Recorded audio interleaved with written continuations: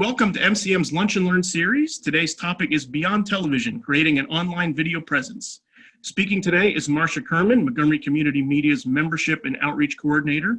In her role as Director of Programming at Herndon Community Television, she was responsible for promoting HCTV's television series on their website and social media platforms. She also launched the HCTV's community outreach campaign called Share Your #HCTV Love for Herndon, to use social media as a bridge to connect the local community and television channel.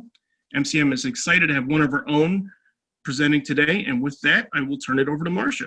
Thank you, Paul, for that lovely introduction. So today's topic is Beyond Television, creating an online video presence. I'm going to quickly go over a little overview for today. Today, we're going to talk about evaluating the purpose for your video to be online. We'll cover some distinctions for creating videos for different platforms. And we're going to go over a little bit about setting up your YouTube channel and some of those specifics. So first off, what kind of video are you going to upload to an online platform? That's your first question. Is it going to be the entire episode or show for your program? Is it going to be companion content for your show, like PSAs and promos? Or is it going to be something like footage left on the cutting room floor or extras that you really love but didn't make it in? I would describe these different things as having different video lengths. So for our full-length television or episode specials that air on Montgomery Community Media, I would call those long form. Typically for our producers, they're in increments of half-hour blocks, so 30 minutes or an hour. And those don't always are available to upload to some of the social media platforms. However, companion content such as PSAs and promos that tend to be shorter and extras such as footage left on the cutting room floor, all those I would call short form. So for sharing your full-length shows online in terms of the long-form content, there are several options available to you. First, if your show is airing already on television, I'm happy to say that your video is online through MCM's Video On Demand. Other great options that are popular are Vimeo and YouTube. So first, let's start off with the My MC Media website, MCM Video On Demand. So where you can actually find it is when you navigate to our website. If you click television, and then a box will pop up here, and you'll see on demand when you select television. When you select on demand, it will navigate you to this page, the schedule. What's great about this is that you can see all the different programs and lineups for both channels, the Montgomery channel and Access 19. You just go ahead and type in the search box your show name, and then you'll get a search result like this where I'll show you all your different episodes. You may see some placeholders, and that's really places for future content that will be going up for your television show. So just kind of ignore that. It's just something that is standard in there. So all of these are links to an actual video page. So if you click on the link, this is your individual episode page. You'll see the title, there may be a show description. What's really cool is that automatically you can see what your upcoming air times are. So if you're ever wondering when the next viewing of your show will be, or an episode particularly will be, you can find that information right here. You also have an opportunity to share on social media. So if you wanted to be able to do an extension that way, you can. There's Facebook and Twitter share icons. I do want to let you know that not a lot of information is actually going to be carried over in terms of metadata from the Video On Demand website. As you can see, it just has the website URL. So you really got to be descriptive here in your text. I was a little more generic, check out the latest episode of my show, but you probably want to say, here's the latest episode, these are my guests, whatever information that you have available. But that might be a reason why you may want to use another platform. The other limitation with relying on our Video On Demand is if you remember, or for those that are new, the distribution contract is a 3-year non-limited distribution. So we only will hold it for 3 years for airing. It doesn't necessarily mean that will be available on our video on demand for 3 years, but my point is that it's not a forever permanent solution for your videos to live. So if you want a place for your videos to live or long-term to be accessible for how long that platform exists, then my recommendation is to consider using a platform such as YouTube or Vimeo. YouTube and Vimeo are the two most popular platforms, I would say, for sharing videos of the kinds of programs that we use. They allow for a lot longer video formats than other social media, and they each have a different audience and a purpose, and both I think are equal. I wouldn't necessarily say create a YouTube and a Vimeo account, but really my recommendation is to pick one, evaluate which is the best for you, and work on building that out. So first with YouTube. YouTube is the second largest search engine in the world. After its creation, it was shortly purchased by Google. So Google, of course, expanded it, monetized it. Now there's over 1 billion users accessing this site every day. So you have a natural built-in audience. For Vimeo, Vimeo was developed by film artists to be able to simply share your video with an uncluttered screen. And I'll talk a little bit more about what that means by the screen being cluttered. It's very simple and look, it's easy to embed. I'm going to talk about real quick the differences. So in terms of cost, how do they make money? Because businesses have to make money in some way.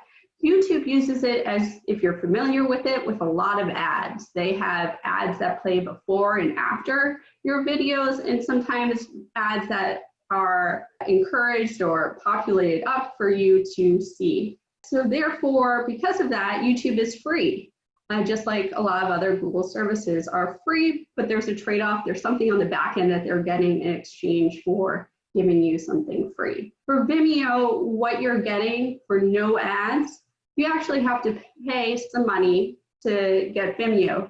There are some free accounts options, so you don't necessarily need to pay, but I think in order to do a lot of what you may want to do, you may have to pay a fee to set up your Vimeo account with the length of video. They do have allow you to upload certain amounts of video a week. So that's kind of where they have the limitation in the free category, but you can visit online to vimeo.com and they'll of course have more information. So in terms of who is watching, who is the viewership naturally built in, I'd say YouTube is pretty much anyone. They have video content of all different things, of all different topics, and all different businesses are using it to promote and share. In terms of Vimeo, it's a lot more a niche market. Video professionals, filmmakers, and film artists are really the ones that are posting, creating content there. And they're also the ones that are drawn to watching it. So a lot of times you might have a short movie or something that you want to share with friends, and that's a great place to do that. The other thing about Vimeo with not as much ads, I know a lot of video professionals, people have a production company and have client work, they prefer Vimeo because of that clean look, and you can unhide videos or hide videos on YouTube to be unpublished, but there's more robust features with that for Vimeo. So that is another use for Vimeo, not just to share your videos with the world, but also an opportunity to have a place to host your videos for those clients. In terms of the interface is pretty clean and simple. And for YouTube, it's complex. In terms of the file size for YouTube, it's 128 gigabytes or 12 hours. And I didn't put the information for Vimeo necessarily for size file because that really is variable on the different kinds of accounts that you have. Another thing that I noted here as well is the copyright regulations. Of course, according to MCM guidelines, in all of these platforms, you must have the copyright clearance, which means the permission to use the video, music, or graphics in your video. With MCM, you definitely have to credit those sources. But more importantly, for these platforms, Vimeo doesn't really do a copyright regulation. YouTube does do some copyright regulations. You will get a hit or notification about a flag for being a copyright violation. And if you have too many of them, then that can actually kick you off the service. So for choosing between Vimeo and YouTube, I definitely, look at those different things. But the biggest question I'd say to ask yourself is, what type of video viewing experience do you want for your audience? Do you want ads? Do you mind them actually being there? Do you want the exclusive focus to be you? Do you want the platform to help build an audience?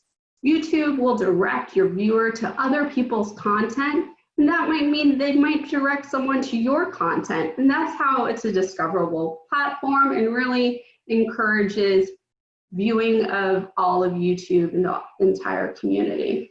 So in terms of backgrounds and what it looks like, here are two examples. This is one of our Derek employees, Derek White, in the department. He's our education coordinator, and this is his Vimeo account. So this is what it looks like for a single video. You can see it's pretty simple here. This is where you put any descriptions, but here is where your next videos are playing. And all of these videos, it might be a little bit hard to see, but all those videos are Derek's.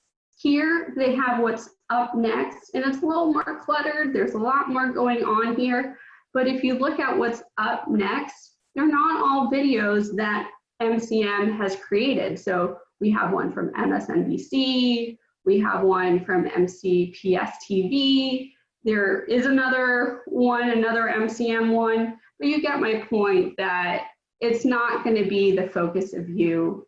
There will be videos that will direct them away from your set, from your channel, and away from the content that you've created.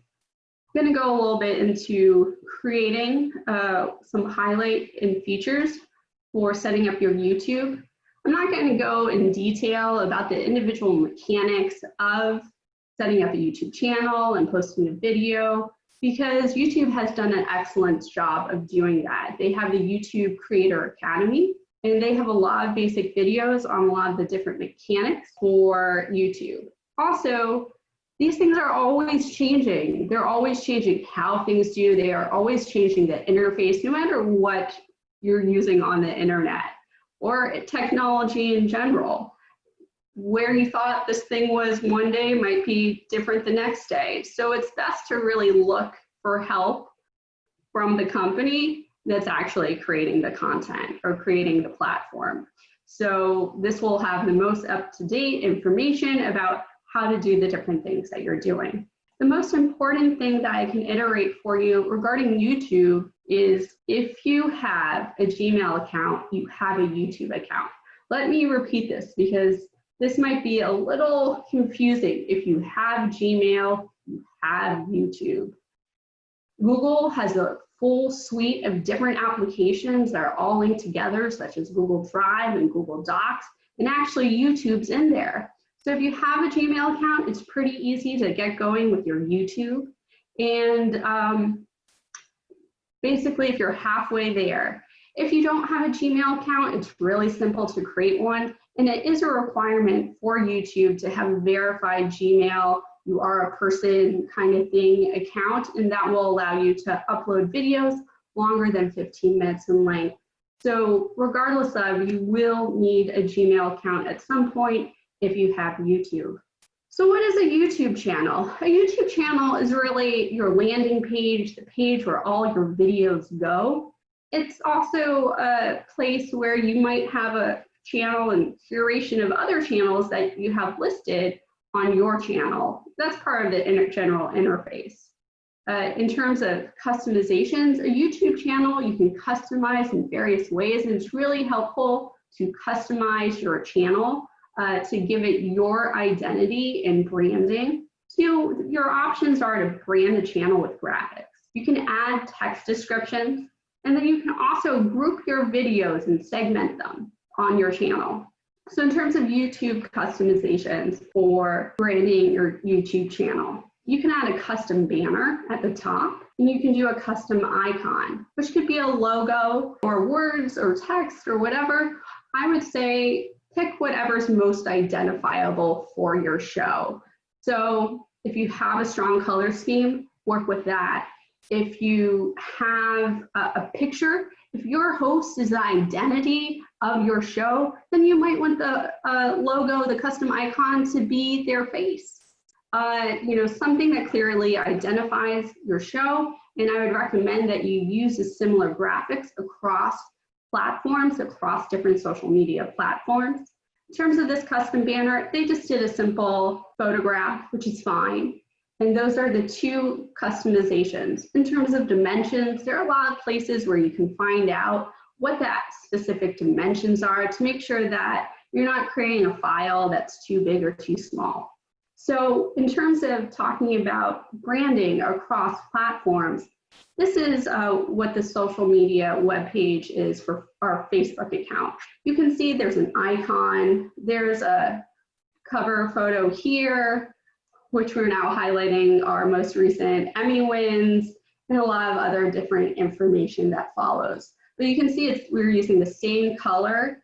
This we change out a lot more to highlight different things that are happening, either for our organization or in Montgomery County. And this actually, you can put video in it if you wanted to put a promo. That's another place that you can create a video for. And it's a little more interactive and interesting and draws people in if you have a video that works for that space. In terms of additional YouTube customizations, you can add a channel description. That's one of the tabs right here in the About section. Here's your description.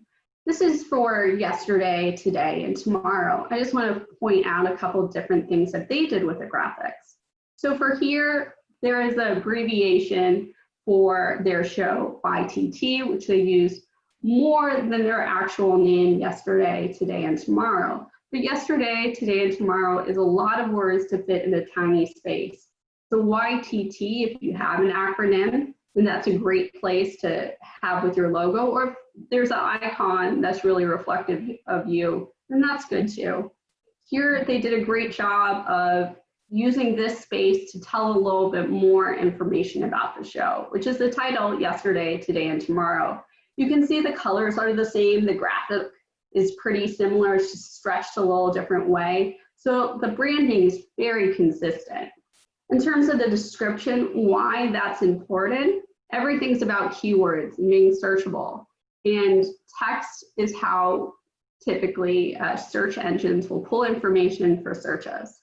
So I did a quick search of the YouTube channels for yesterday, today, tomorrow show under channels. And these are two channels that popped up. As you can see here, there's a description. Here, there's not a description. This description is getting pulled from your description page. What will be more interesting to click on? Would the one that has more information to give you before you navigate, or something that you're not exactly sure what you're getting? So I think it's important whenever you can to add descriptive text to your graphics or to anything to make it easier to find. Other things that you can do to customize your front page is a welcome video. Here we have our Montgomery Community Media, one of our standard videos that is an overview of what the company is. YouTube makes something pretty special in terms of the fact that you have a choice of actually doing two different welcome videos.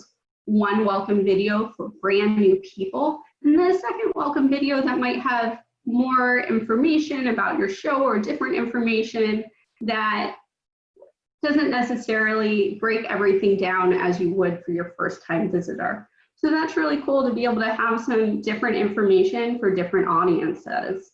In addition to this level of customization, you can also do some customization in terms of dividing the videos up and how they appear.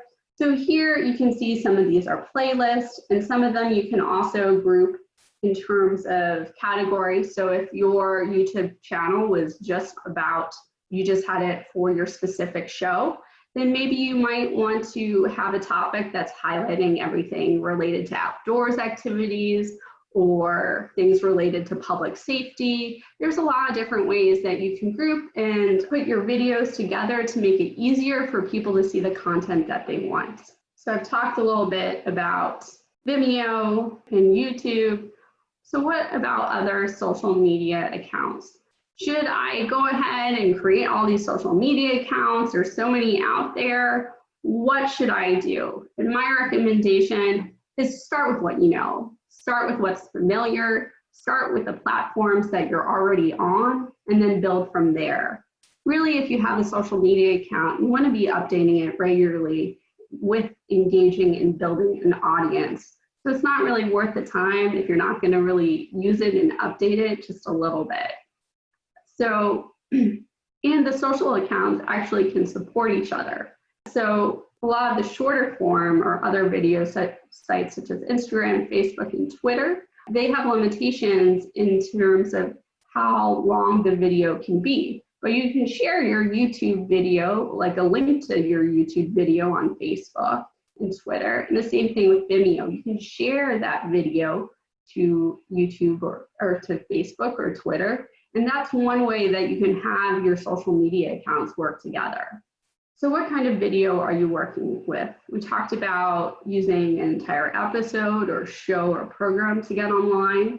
But the other two things I mentioned were companion content for your show, as well as footage left on the cutting room floor. The next thing I would say is, what is your goal for putting the videos online? Is your goal to drive people somewhere else? That someplace else could be watching the actual television channel by listening air times? Is it to direct them to watch the full-length episode, such as what I just mentioned, directing it to our video on demand or YouTube or Vimeo channel or platform where you'll be able to upload longer videos? If you want to really keep your audience engaged and build a following, is that one of your goals, to draw new people into your program that might not already be watching and listening? Or do you want to acknowledge and thank your sponsors and guests? This is another opportunity to really connect with your guests or your sponsors and help bring them in. Those are all different things that you can consider and do with putting your videos online. So if your goal is to drive people to your TV channel, website, or other hosts, this is an example of doing that. So here we have a link of the video. I think this is the video upload. We have some descriptive information, and then a link for you to read the whole story on our website. This very frequent, common thing that MCM does is share a post that has a video embedded to social media so that people get driven to our website. If your goal is to keep your audience engaged and build a following, then that would be a great place to put for creating promos, extras, video clips, segments from your video or from your episode, or behind the scenes footage. And some of these things you can do right during production before things are happening. So examples would be taking photos or short videos with your guests to promote the episode while you're getting ready to be filming. This might be a great activity for a PA or a youth that you might have working on the show. Give them this task. Hey, go and interact, get some social media happening. The other thing that we did at my previous job is that we always got the social media accounts for our guests. So we would ask them and say, in addition to contact information, we would commonly say, what's your social media accounts? Are you on Twitter? You're on Facebook? You're on Instagram? And what are your handles? That's really important to find out what their handle is. The handle is the at whatever the text is, that's the handle. It makes it easier for you to be able to find that account.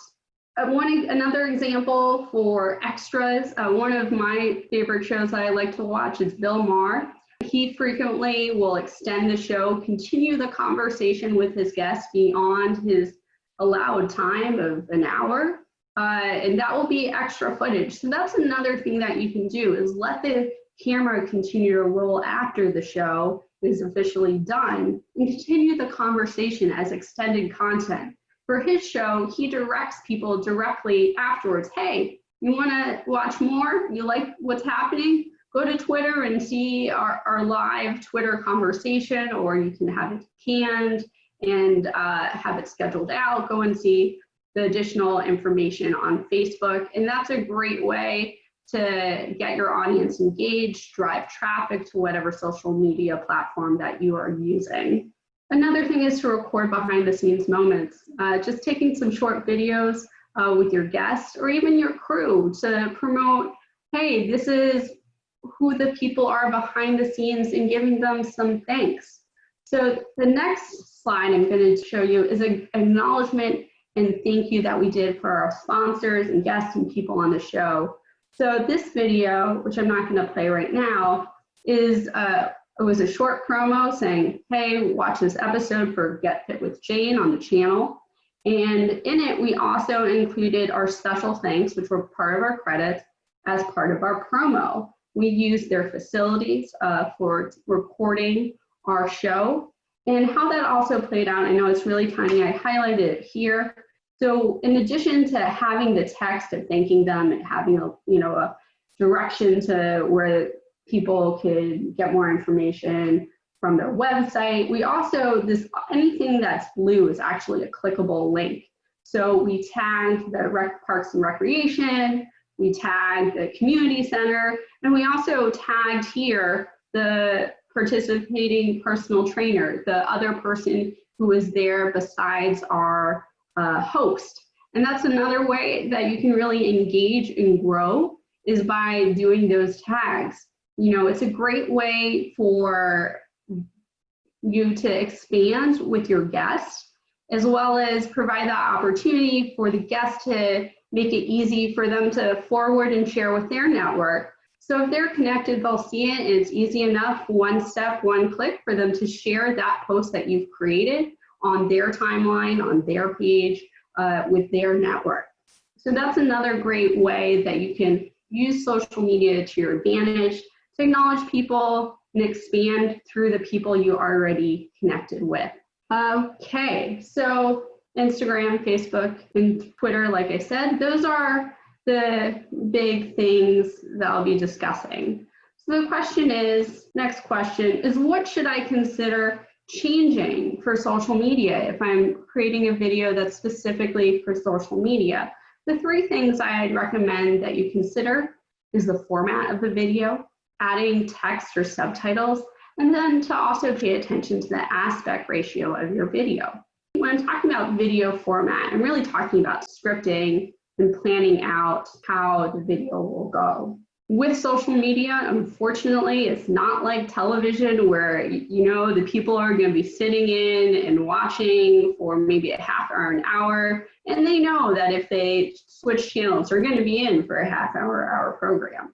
Unfortunately, with social media being very instantaneous, you really have to capture your audience in the first 3 to 5 seconds or 3 to 15 seconds before they scroll or click away. I would suggest, instead of having your opener be at the start, which is very traditional for what we're used to creating a video for television, I'd move it to the middle of the beginning or even to the end of the video, and put in the front your most captivating, interesting image, moment, line of dialogue, whatever it is that's going to draw someone in, because you only have 5 seconds for them to continue before they move on somewhere else. And it can be one of the things that I've noticed with particularly reality television, they'll put whatever the climax is in the front. And so you've built suspense by going like, oh, this is something that's going to be exciting that's happening, but how did they get there? How did they get there is really the start. And so that's one way that you can create momentum and still work with the format that is best for social media. In addition, again, footage left on the cutting room floor. In terms of video format, that can just be anything from extras to that one shot that you really, really loved. Say you're out in the field and you took this beautiful, beautiful shot of butterflies, but ultimately it wasn't, you couldn't make it work. It didn't really help with the story. It didn't really get to where you want, but you really love that image. This would be a great opportunity, a type of extra that you can include as an example of footage left on the cutting room floor. The next thing I want to talk about is the Creator Studio. And this is a great tool. So if you have a Facebook page for your show, then there's a lot of great metrics and information that you can get. So you go to Insight, Performance, and then from Performance for a video, you scroll down and click your video. And then from there, you scroll down and you can actually get all this wonderful metric information for audience retention, see more details, and there you can actually see the retention and how quickly people fall off. So you can see that steep curve of, people hold on for the first 15, 20 seconds, and then they're really quickly cutting off, unless it's something that's interesting to them. But one thing that you also have to note about Facebook and some of these other social media accounts, the default is actually for the volume to be off. So it's important to think about adding text. So what do I mean by adding text? That might be if you're having a talking head, you probably want to consider doing open captions. So closed captions, what you are typically familiar with your television, you have to click something for the closed captions to appear. Open captions means that the text is just there. So kind of like the subtitles that you see for foreign language, it's just part of the video. Another option you can do is some lower third explanations or just some descriptive text that is part of the video to explain or give some additional context or information that people wouldn't get if they were playing it without audio. Play your video without audio, see if it makes sense, and go from there about thinking about what text would be helpful to add. So here's a couple examples of adding text. So this is an example. This is a short PSA, holiday PSA I did with HCTV, and we did open captioning. Here's another example of descriptive information. These were fun and calming, were a couple of the words that this youth said when describing camp. So that's another way to get the information. It wasn't a word for word captioning, but you get an idea of what is being said. The other thing that I'd like to talk about in terms of things to consider for your video is your aspect ratio. So you might see on Instagram, 1:1 square is really popular. And for our HD videos, we're used to 16:9. And for Instagram, for even verticals, they have 4:5. I also have this wonderful graphic here showing mobile phone being more of a landscape view. And why I show it with this graphic inside the television is because that's why we keep talking in all of our classes to keep it horizontal, because a television is horizontal. And if you want to make it on television, if that's your goal, then it's really helpful to keep it, the aspect ratio, in the same dimension that it's finally going to be on. I know for holding your phone, it's a lot easier to hold it in your hand with one hand. So I know that's why a lot of people take vertical videos. It's not as fun to, have both hands occupied, but it's really important if you have plans for your videos to be on places outside the social media to consider keeping your phone horizontal. So those are some different aspect ratios. And the aspect ratio is really just describing the relationship between the vertical and the horizontal. And that's what that is about. They're just numbers saying what the ratio is between those two. And that's why a square is a 1:1 aspect ratio. In terms of some of the basics of different things that you should consider for social media, there are a lot of different variations for what the different platforms are looking for. So for Instagram, you only have 60 seconds. For Facebook, once they launched their Facebook television platform or their Facebook, they were looking for longer form videos. Now you can do 120 minutes. Twitter is very small as well. It's only 140 seconds. So in terms of the options that you have for the landscape, it's pretty consistent all across the board. It's all 16:9. Your vertical for Instagram is either 4:5, square, that 1:1. Facebook, it's just the same dimensions, just turned the other way in 9:16. And Twitter as well has various dimensions in terms of what they'll accept for your landscape, but for portrait, they're really looking for that square. For Instagram and Facebook, they're looking for, higher quality video, a minimum width of 600 pixels for both of those. Twitter, you can have a smaller video, it's minimal of 32 pixels. You can also see that is reflected in the file size. So Instagram and Facebook are both 4 gigabytes.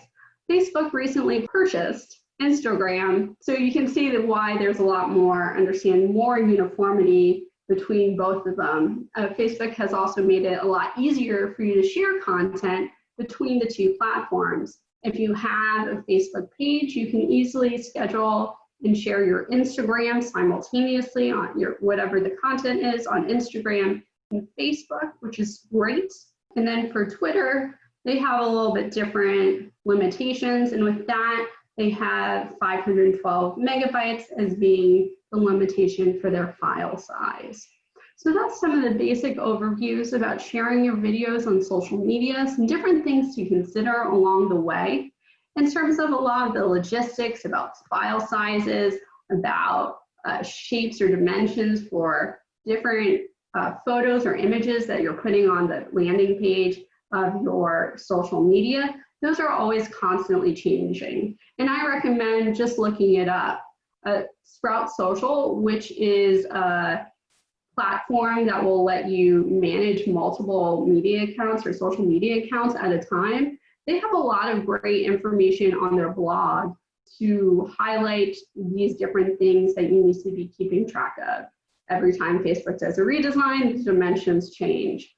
So it's just something to be aware of, that these things are always changing, and to be cognizant that that might be something that you will have to adjust for in the future, which is why I have this last slide being the internet is always changing, and Google or whatever your preferred search engine is your friend to find the answer.